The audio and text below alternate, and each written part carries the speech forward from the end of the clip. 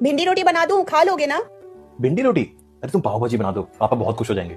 ठीक है, पाव भाजी बना देती हूँ। और साथ में ना खीर भी बना दो, मम्मी भी खुश।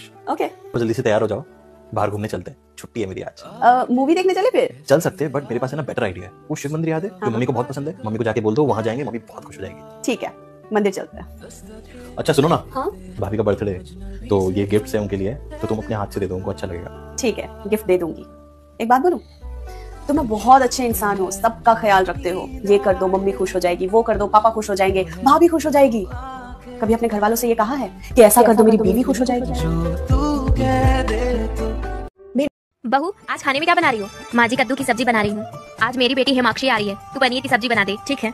वाह भाभी, आज खाना खा के तो मजा आ गया। माँ, आज मैं कितने दिनों के बाद गरम खाना खाई हूँ। क्यों? तू अपने ससुराल में ठंडा खाना क्यों खाती है?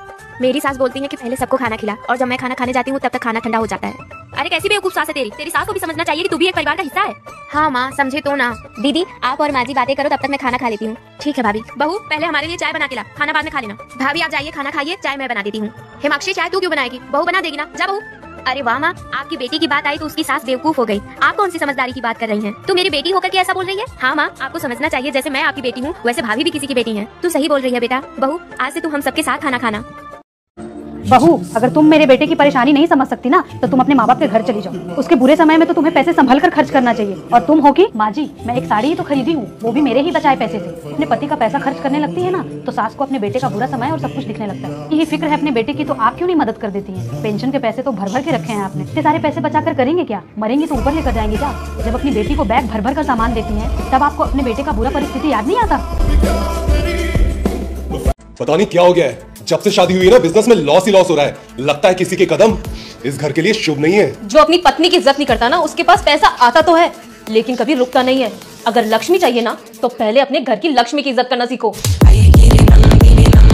जो लोग ये बोलते हैं कि एक लड़की सास को अपनी माँ और ससुराल को अपना घर समझे तो रिश्ते सालों साल चलेंगे, तो मेरी ये वीडियो उनके लिए है कि अगर लड़की ने सास को अपनी माँ और ससुराल को अपना घर समझ लिया तो रिश्ते सालों साल तो दूर की बात, रिश्ते 2 दिन भी नहीं चलेंगे। क्योंकि लड़की घर में अपने माँ बाप को ऑर्डर देती है और माँ बाप उसका ऑर्डर मानते हैं और अपने नखरे दिखाती है। माँ बाप उसके नखरे भी झेलते हैं।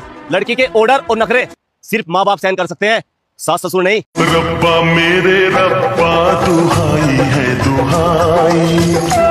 कैसी ये पूजा, कैसा ये सम्मान है? बेटी के लिए नवरात्र में 9 दिन की इज्जत, फिर वही अपमान है। मेरे लिए तो इस दुनिया का सबसे अमीर आदमी मेरे पति है, क्योंकि भले ही उनकी जेब में 1 रुपया ना हो, लेकिन अगर मुझे कोई चीज पसंद आ जाए और वो मुझे मना कर दे, कहने को तो पूरा ससुराल अपना ही होता है, लेकिन कड़वा सच ये है कि पति के सिवा कोई अपना नहीं होता है। ससुर कभी भी पिता की जगह नहीं ले सकता, क्योंकि जो पिता होते हैं ना, वो अपनी लड़की की हजारों गलतियों को भी माफ कर देते हैं, और ससुर अपनी बहू से होने वाली एक गलती को सबके सामने गिनवा देते हैं। मेरे पापा